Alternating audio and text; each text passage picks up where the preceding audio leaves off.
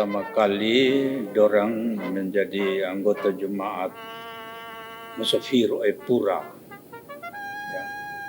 Musafir Oepura di bawah pimpinan Pendeta Malelak. Itu warga dari Sikumana berjemaat di Oepura.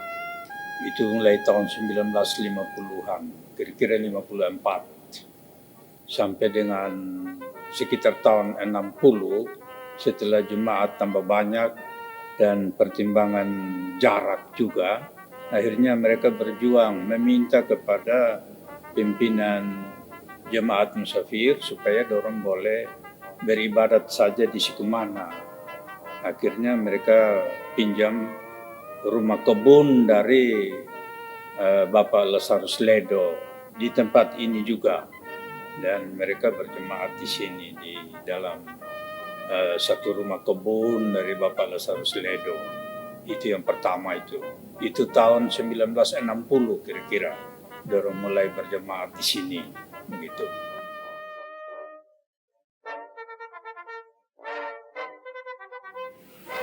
Setelah itu sekitar tahun 1962, Pendeta Malelak dari Oepura, dari Gereja Induk Musafir Oepura ini datang dan meresmikan ini jemaat kecil ini dengan nama Jemaat Musafir Sikumana, cabang dari Musafir Oepura, begitu.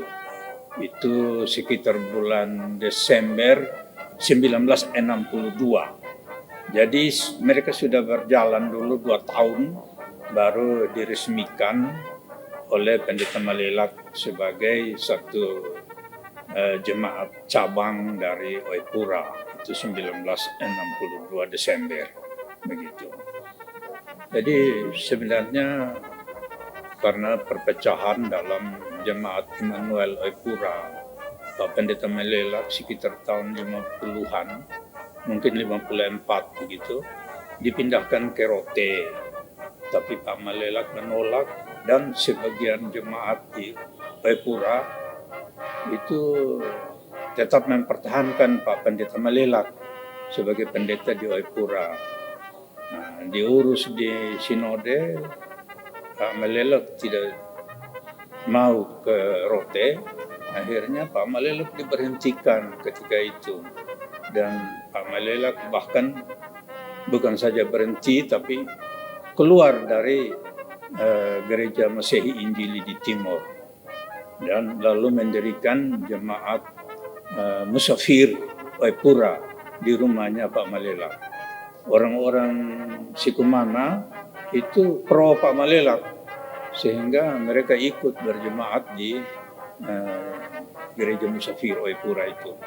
Nah, waktu itu mereka sempat mendirikan satu los kecil, rumah kecil ukuran mungkin 6x10, atap daun, dinding bebak, lantai tanah. Itu waktu pertama sekali itu, gitu. Tadinya di rumah kebun dari Bapak Lazarus Ledo. Lalu 1962 mereka mendirikan rumah gereja sendiri yang darurat itu. Di samping itu yang pemimpinnya atau sponsor utamanya itu Pak Yunus Sau, Bapak Yunus Sau almarhum. Di samping itu Bapak Lazarus Ledo, Bapak Christopher Ndolo, Bapak Benjamin Detan, ada juga Bapak Rihi, ada juga Bapak Tule, Samuel Tule barangkali itu.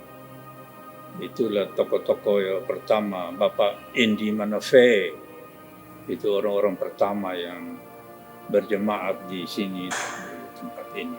Setelah sudah sekitar 10 tahun di Musafir, pada tahun 1972 mereka sadar dan kembali ke Gemit, kembali ke gereja Masehi Injili di Timur. Itu karena ada masalah di mana warga daripada jemaat Musafir Sikumana ini ada yang mau menikah.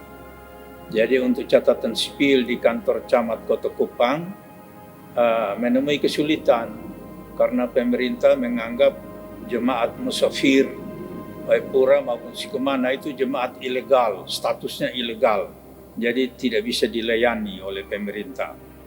Akhirnya Pak Ketua Klasis, Pak Pendeta TT Ngefak, dia mengetahui masalah itu, lalu dia bujuk Bapak Unu Sau untuk kembali saja ke dalam Gemit supaya bisa dilayani. Orang yang mau nikah bisa BS. Bapak Unu Sau langsung menandatangani pernyataan kembali ke dalam pangkuan Gereja Masehi Injili di Timor. Itu tahun 1972. Jadi setelah kembali ke Gemit, lalu membentuk semacam jemaat baru yang disebut Betania. Jadi Betania Waipura tetap dan kita menjadi cabang dari Betania Waipura. Jadi kita jemaat Betania Sikumana cabang Waipura. Itu 1972. Dan perjuangannya itu juga memang panjang. Pertama kita berjuang untuk melepaskan diri dari Betania Waipura, karena kita masih cabang dari Betania Waipura. Minta Pak Malelak supaya kita lepas dari Betania Waipura dan kita berdiri sendiri. Lalu baru dengan status itu kita berjuang untuk memandirikan diri sendiri menjadi jemaat sendiri.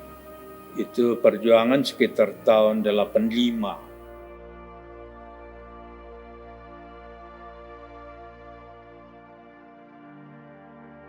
Pada tahun 1986 disetujui dan keluarlah keputusan sinode untuk mendirikan jemaat Betania Sikumana ini menjadi jemaat Getsemani Sikumana.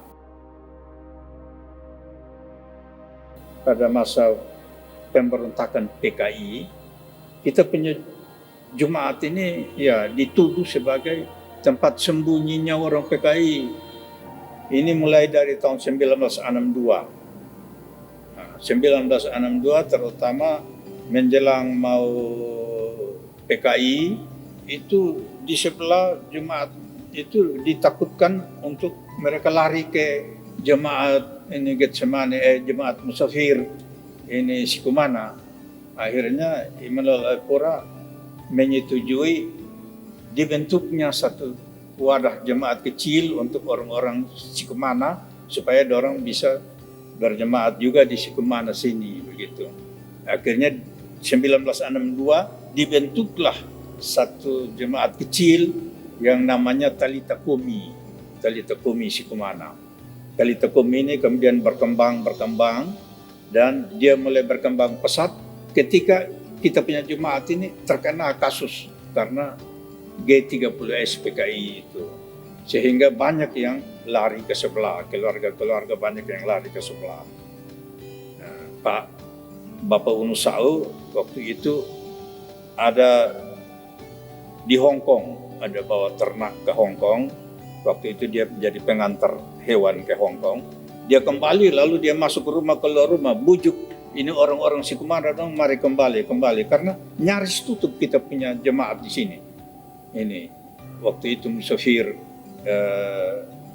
Sikumana ini nyaris tutup karena orang sudah lari semua, orang takut karena PKI itu. Jadi Bapak Unu bujuk kembali semua, akhirnya semua kembali, kita buka kembali lagi, gereja mulai jalan lagi, begitu cerita waktu itu. Saya kira kita punya pelayanan itu makin hari makin baik ya. Tadinya kita berjuang supaya gereja jangan hanya 1 kali 1 minggu, tapi kalau bisa 2 kali. Sekarang malah sudah 3 kali. Kita berjuang supaya pendeta itu kalau bisa tambah 1 lagi. Sekarang sudah 2. Jadi sudah bagus. Tinggal bagaimana pelayanannya diatur baik. Ya. Masih persoalan sedikit yaitu barangkali paduan suara. Memang selama 2 tahun ini karena pandemi sehingga kita tidak menyanyi, kita tidak puji Tuhan, kita hanya dengar pendeta berkhotbah saja, kita tidak bisa menyanyi apalagi pakai masker. Sekarang sudah ada sedikit kebebasan, saya kira kita perlu terus bergelut di dalam upaya-upaya untuk memajukan paduan-paduan suara sehingga gereja kita ini tambah maju gitu. Dengan ada kehadiran 2 orang pendeta, saya kira kita ya ada prospek yang lebih baik dibanding dengan masa-masa lalu.